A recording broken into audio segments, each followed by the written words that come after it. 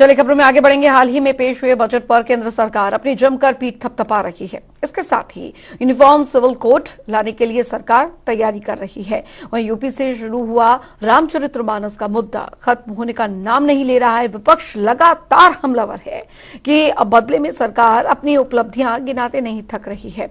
इन्हीं सारे मसलों पर हमारी संवाददाता केशव पांचाल ने केंद्रीय राज्य मंत्री कौशल किशोर से खास बातचीत की। सरकार द्वारा भी हाल ही में बजट पेश किया गया है, जिसकी सरकार बढ़ चढ़कर तारीफ कर रही है। इसके साथ ही यूपी भी कदम से कदम मिलाकर केंद्र सरकार के साथ अपनी अहम भूमिका निभा रहा है, चाहे वो G20 की बात हो या फिर आने वाले जो यूपी का बजट है 20 तारीख को पेश होगा उसकी बात हो। कई सारी योजनाएं यूपी सरकार की तरफ से हैं। इन सभी मुद्दों पर बात करने के लिए केंद्रीय राज्य मंत्री कौशल किशोर हमारे साथ मौजूद हैं। फर्स्ट ऑफ ऑल सर, स्वागत आपका बहुत बहुत। किस तरह से देख रहे हैं जो आगामी बजट यूपी में आएगा और इसके साथ ही जो केंद्र सरकार ने अभी हाल ही में बजट पेश किया है? देखिए, केंद्र सरकार ने जो आदरणीय नरेंद्र मोदी जी के नेतृत्व में माननीय श्रीमती सीतारमन जी ने जो बजट लोकसभा में पेश किया, उसकी तारीफ पूरे देश में हर वर्ग का व्यक्ति कर रहा है। अगर विरोध कर रहा है तो वो विपक्ष कर रहा है, क्योंकि विपक्ष उसे बताता है चुनावी बजट। चुनावी बजट का क्या मतलब है? मतलब अच्छा बजट। तो अच्छा चीज़ों के लिए काम किया जाएगा तो उनको चुनावी बजट कहते हैं।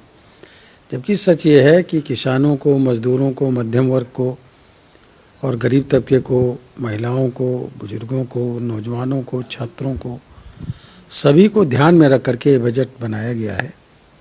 क्योंकि आदरणीय प्रधानमंत्री नरेंद्र मोदी जी आगामी 25 साल तक का एक कार्यक्रम तय कर चुके हैं, प्रोग्राम बना चुके हैं कि विकसित भारत बने और आत्मनिर्भर भारत बने। इसके लिए हिंदुस्तान का प्रत्येक व्यक्ति मजबूत होना चाहिए आर्थिक रूप से, और उनको सुविधाएं मिलनी चाहिए और पूरी तरीके से लोग राष्ट्र के निर्माण में और देश के निर्माण में पूरी भागीदारी निभाएं और कोई प्रॉब्लम परेशानी ना हो। इस तरीके के लिए सबका साथ, सबका विकास, सबका विश्वास और सबका प्रयास वाला ये बजट है, जिसकी सब तरफ चर्चा हो रही है और सब लोग तारीफ कर रहे हैं। हाल ही में रामचरितमानस एक बड़ा मुद्दा बना।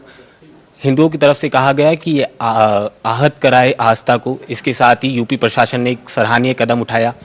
जिन्होंने रामचरितमानस का अपमान करा था उन्हें फाड़ा गया था, उन पर रसूका लगाई गई। इसको किस तरह से देखते हैं आप? क्योंकि विपक्ष ने इस पर भी सवाल खड़े करे हैं और कहा है ये भी जाति है। बड़ा एक रामचरितमानस पर इस समय जिन्होंने इस चर्चा को शुरू किया, विवाद को शुरू किया, वो पहले अभी 2012 से 2017 तक उत्तर प्रदेश में आदरणीय योगी आदित्यनाथ जी की सरकार में कैबिनेट मिनिस्टर रहे। भारत माता की जय और वंदे मातरम बोलते रहे। अब वहाँ से जब छोड़ के भागे, चुनाव भी हारे, तो एक जैसे होता ना कि हीन भावना से ग्रसित आदमी, उस तरीके से उन्होंने बात की। और मैं समझ रहा हूँ कि कोई भी समझदार आदमी आज के युग में, जब साइंटिफिक युग चल रहा है, तो ऐसे में कैसे डेवलपमेंट हो, कैसे विकास हो, उस पर चर्चा करनी चाहिए। और ये जो उन्होंने बात शुरू की है ये गलत है, और किसी आस्था पर चोट करना मैं समझ रहा हूँ गलत है। और इसलिए उनको चाहिए कि जो रामचरितमानस रामायण का या भगवान राम को मानने वाले लोग, सभी लोग, आस्था रखने वाले सभी लोग और रामचरितमानस में आस्था रखने वाले लोग, उनको जो ये चोट पहुंचाई है उनको माफ़ी मांगनी चाहिए। एक आखिरी सवाल, यूनिफॉर्म सिविल कोड पे लगातार मुस्लिम पर्सनल लॉ बोर्ड की बात करें या फिर सपा की बात करें, दोनों आपके खिलाफ हैं। उनका कहना है कि आप लोगों से उनकी आज़ादी छीन रहे हैं और भाजपा रोजगार के मुद्दे पर बात करनी चाहिए उसे, और युवा वर्ग के मुद्दे पर बात करनी चाहिए, मगर उसके पास जो टॉपिक है वो मुसलमानों का है सिर्फ। देखिए, वो गलत बोल रहे हैं।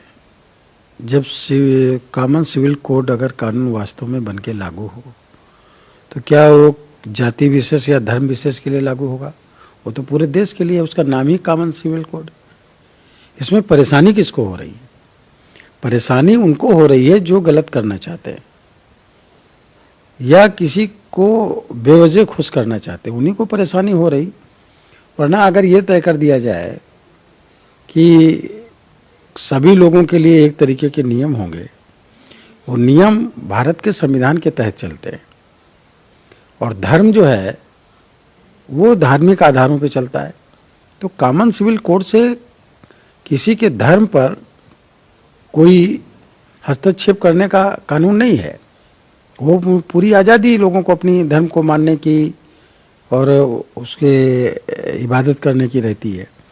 लेकिन ये कहना कि ये जो है धर्म के खिलाफ है या किसी विशेष धर्म के खिलाफ है या मुसलमानों के खिलाफ है, ऐसा जो लोग भी बोल रहे हैं वो गलत बोल रहे हैं, और मैं समझ रहा हूँ कि वो पक्षपात करने का काम कर रहे हैं। बहुत बहुत शुक्रिया हमसे बात करने के लिए। केंद्रीय राज्य मंत्री कुशल किशोर हमारे साथ थे, जिनका साफ तौर से कहना था कि संसद से लेकर सड़क तक जो कांग्रेस या फिर विरोधी दलों का हंगामा है वो बेबुनियाद है। इसके साथ ही सरकार की उपलब्धियां इन्होंने गिनवाई है कि किस तरह से आगामी समय में सरकार के लिए गए फैसलों पर जनता को गर्व महसूस होगा। कैमरा पर्सन चंचल के साथ केशव पांचाल, जनता टीवी, दिल्ली।